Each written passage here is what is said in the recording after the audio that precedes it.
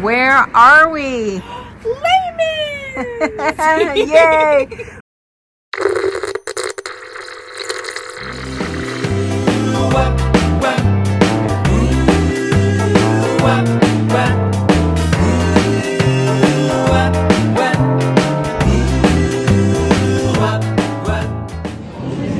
Hey guys, this is Katie with Vintage and Vinyl, and I am at the World of Coat. Now I'm on a big trip. We're headed to Misty's Pop-Up. I've got a few minutes before I have to leave to pick up Catherine, so I decided to slip in to this great museum. I've been here once before, but it's really fun to come back now that I'm an avid collector and really get to see some of the cool antiques and rarities that they have here in the museum. We are on the second floor, and I am losing my mind right now with all of the amazing things they have. So come on, let me take you through. Oh my, this is amazing.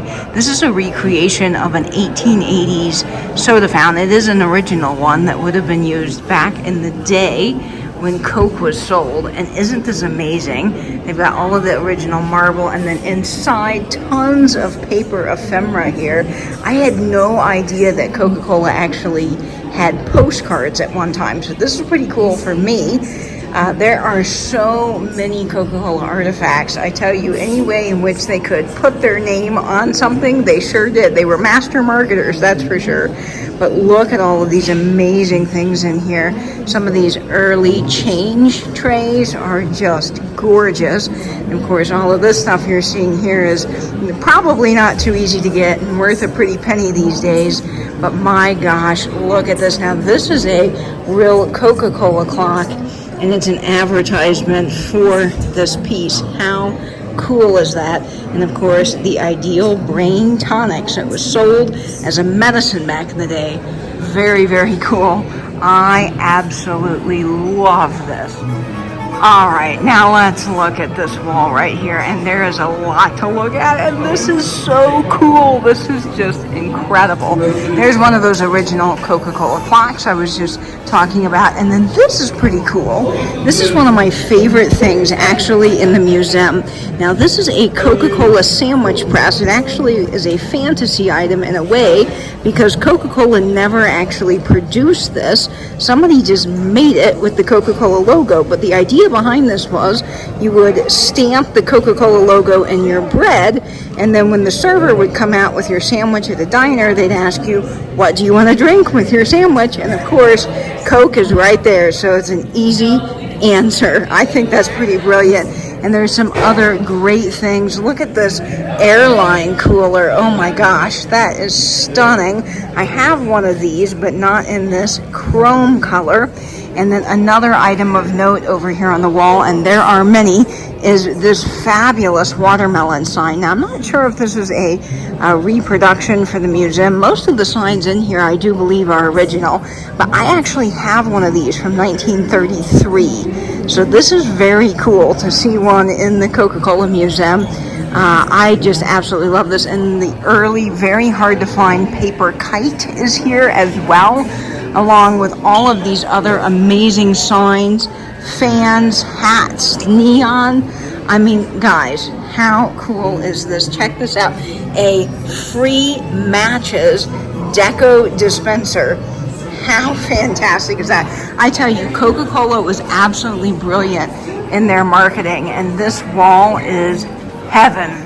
So continuing on with the advertising tour, oh my gosh, this is so cool. This is what I consider like the Victorian wall. There are some incredible early Coca-Cola trays. Look at these. I don't have them. They're very hard to find. They made tip tray versions of these too. I'm currently bidding on one on eBay. But check out all these big cardboard cutouts. These things are amazing, and to find them in such good condition is just absolutely crazy. Now, these early soda syrup dispensers are very desirable. They're porcelain. They are fantastic, and they're from the early 1900s. I mean, this is just absolutely spectacular. So I bet you guys didn't know this. Coca-Cola actually made gum. That's right, they did, for a very short time. And let me tell you folks, it is hard to find. But here in the Coca-Cola Museum, of course, they have an original Coca-Cola chewing gum counter display, which is so cool to me.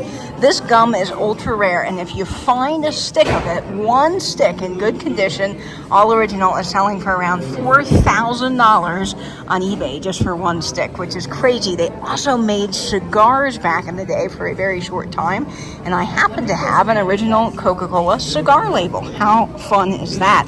Now there's some other things of note in this cabinet. One is this really killer candlestick phone with the original Coca-Cola advertisement holder for taking notes and other important phone numbers. How cool is that? I love that.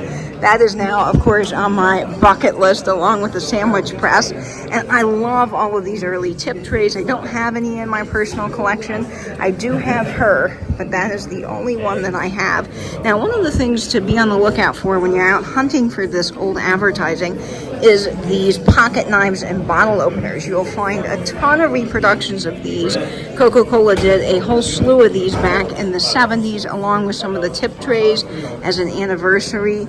Now, you'll also find a lot of fantasy items out there that Coca-Cola never made, but they are still cool, and if you're into Coke, you might enjoy those, but I just absolutely love this display. This is incredible. Now, I don't know if these are going to show up on camera because there is quite a bit of a glare, but these are all pocket meters, yes, and they are hard to find. I don't get a lot of them in. And of course, Vintage Vinny, he loves the Coke stuff, and he has a few of these. He's been very lucky to find over the years. I see tons of reproductions of these, but these I assume are all original, being in the Coke Museum. They are so cool, along with these Coca-Cola dice. Have you ever? I am just in hog heaven here, surrounded by all of my favorite advertising. And of course, I love all of these small chains, purses, and wallets. I have a few wallets myself. But there are some fabulous pieces of advertising here, including this little room, which is fabulous. Look up top. You might recognize one of those trays from my very own Coke wall. That is the Hamilton King girl. She is signed Hamilton King right there, which you may not be able to see very well, but that is incredible. And check this out. I have never seen one of these. Coca-Cola desk clock shaped like a bottle. That is killer awesome. Now this is very cool. There are quite a few Coca-Cola thermometers on this wall, along with some killer bottles. And you'll notice that thermometer, which is one I don't have, but this thermometer right here is very hard to find. Never seen it in that colorway, but I do have this thermometer at home. I believe it is from 1944 or so.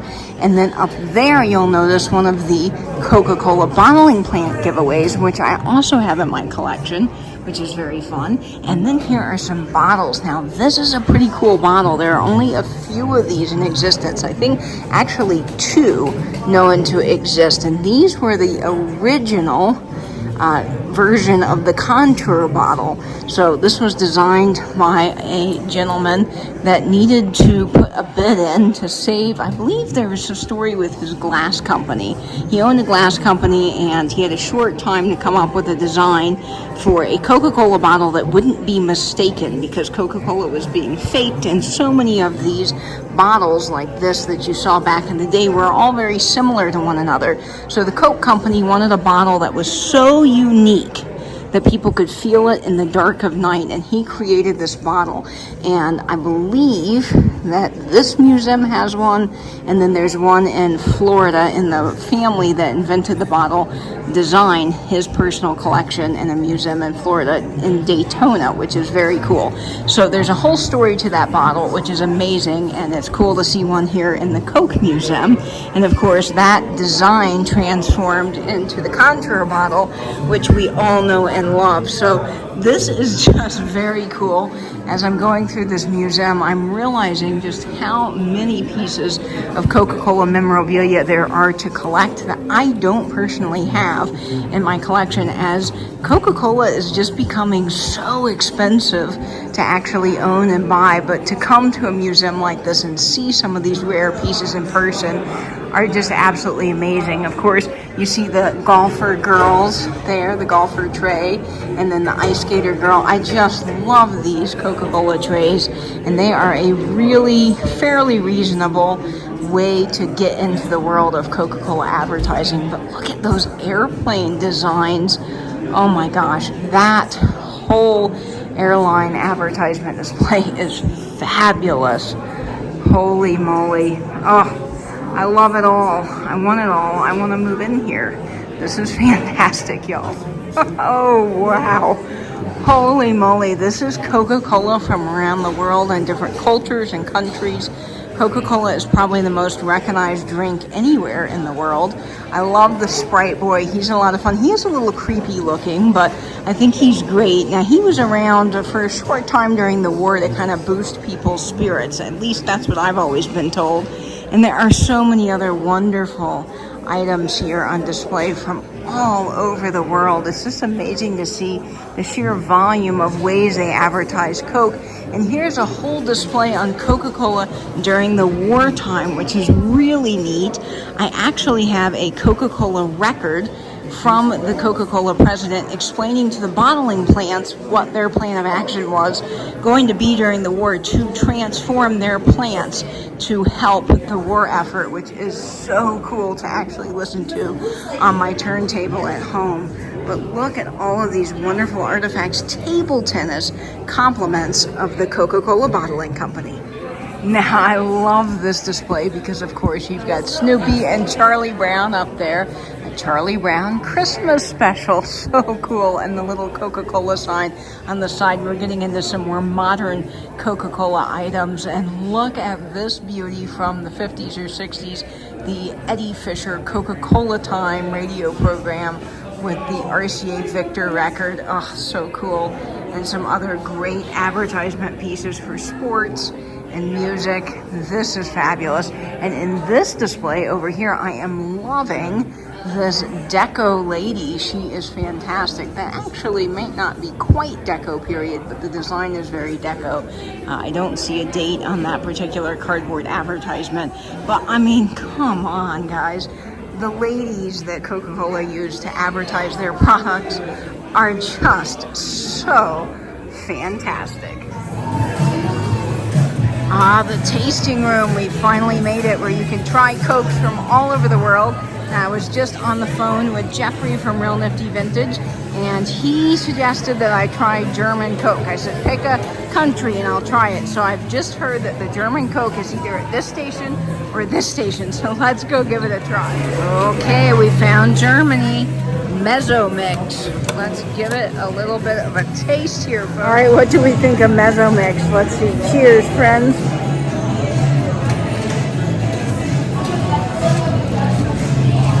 Ooh, I like that. Yeah, that has an interesting sort of refreshing flavor at first and then a Coca-Cola soda flavor at the end. I like this one a lot. Good pick, Jeffrey. All right, we're gonna try just a few more. Here's Royal from the Philippines. See how this tastes. It looks, ooh, very, very pinkish orange. That's crazy. All right. That's a little interesting. It has sort of a cough syrup taste, if I'm being honest with you guys.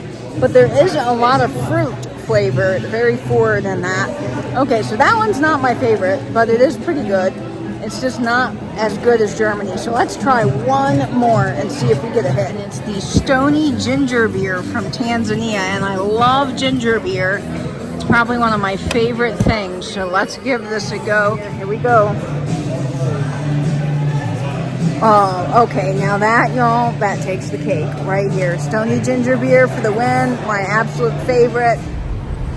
Oh my gosh, there she is, folks. How incredible is this? This is the Fly Delta jet sign that dates back to the 1960s. It's got so much history. I've researched it for years, and I've always loved it.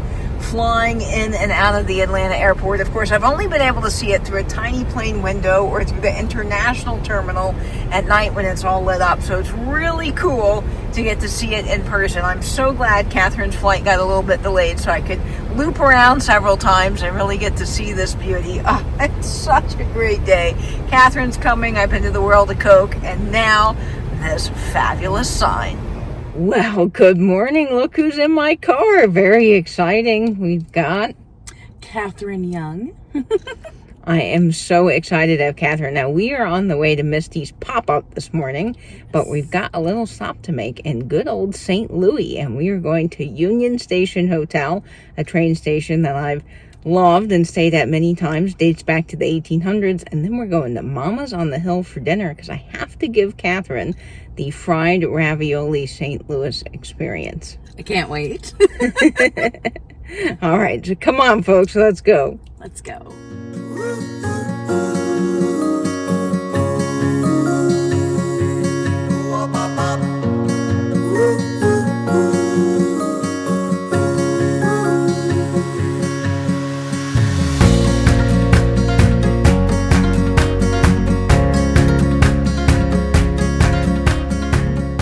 Where are we? Layman's! Yay! We are at Layman's today, folks. We are actually driving through to Misty's pop-up, and Katherine and I looked at the map, and I'm like, man, we're really close to Layman's. Do we think we can stop? And Katherine's answer was? Absolutely. Absolutely. So come on, guys, let's go inside.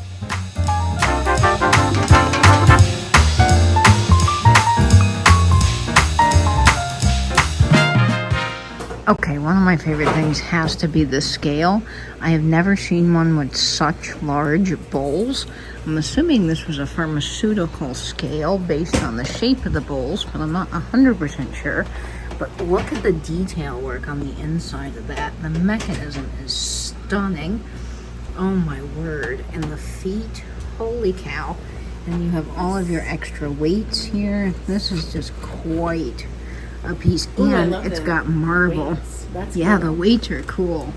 And then look at this microscope. Isn't it fantastic as well in the glass box?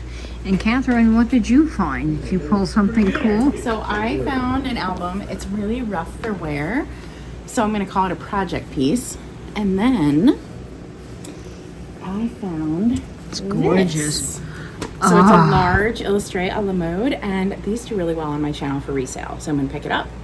Fantastic. Oh, I love this. This is a Pomona apothecary bottle, and I love that this is embossed on the top. I feel that's very unusual. It is just a fantastic jar. It is $55, which is actually a great price for this advertising piece.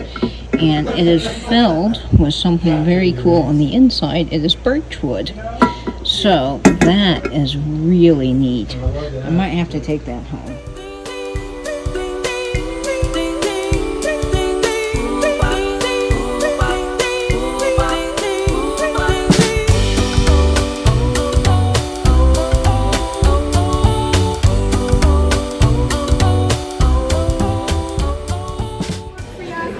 This is perfect. Man, look at this, folks. Get in on this action. Oh, toasted ravioli, a St. Louis staple. Now this, y'all, is delicious. And I look forward to this. I only get this like once a year. So my hot take on the ravioli. The ravioli is very good. The salad is exceptional. And this cocktail is the best one I've ever had. Oh, you hear it first from Katherine right here. Mama's on the Hill. Salad and cocktail winning the race over the ravioli. All right. Oh, get in there, folks. That is delicious. I got the manicotti, and it is so creamy and cheesy and absolutely wonderful.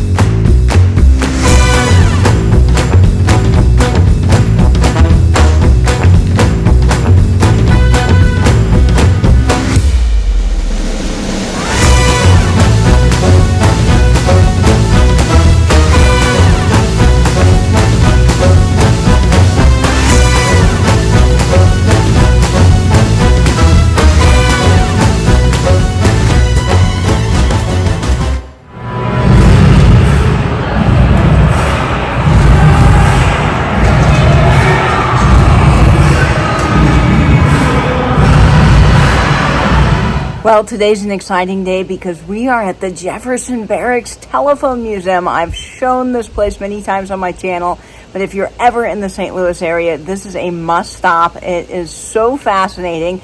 They have all kinds of wonderful history, and of course, all the employees worked previously for the Bell system, so they really know what they're talking about. So come on, guys, let's go take a tour.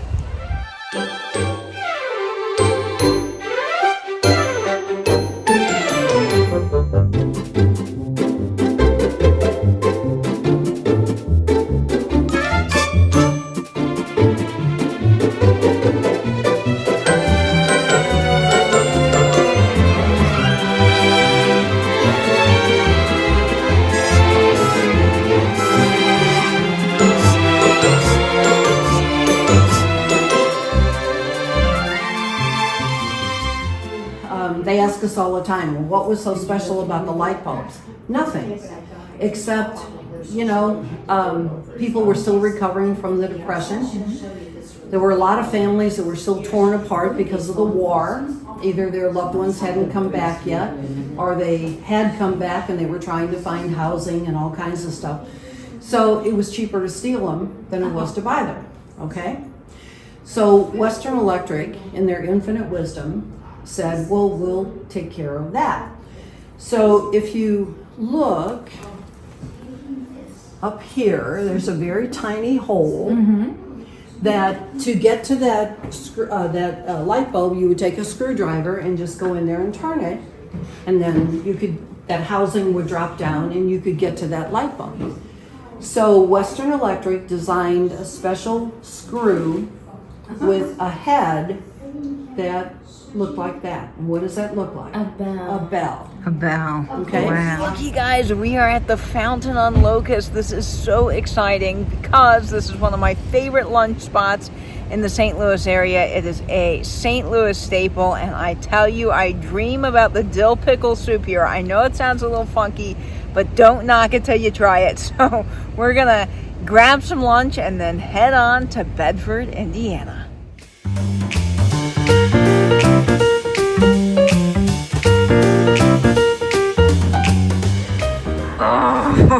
Oh, it's dill pickle soup time. Look at that fabulous sour cream and the apple grilled cheese. I'm so excited. Well, guys, this is editing me realizing just how much footage I actually had for this vlog. I thought I'll be fine. I'll insert just a little bit of picking up Catherine and the Coke Museum and St. Louis, and well, here we are 23 minutes later. So I cannot wait to share Misty's pop-up with you, but that's going to have to be in the next video, so you want to come back and stay tuned for that really exciting content. But before then, I'll be seeing you over on Instagram at vintage_and_vinyl, and I hope, as always, folks, you will save that vintage, spend that vinyl, and bench YouTube. Bye-bye, everyone. What?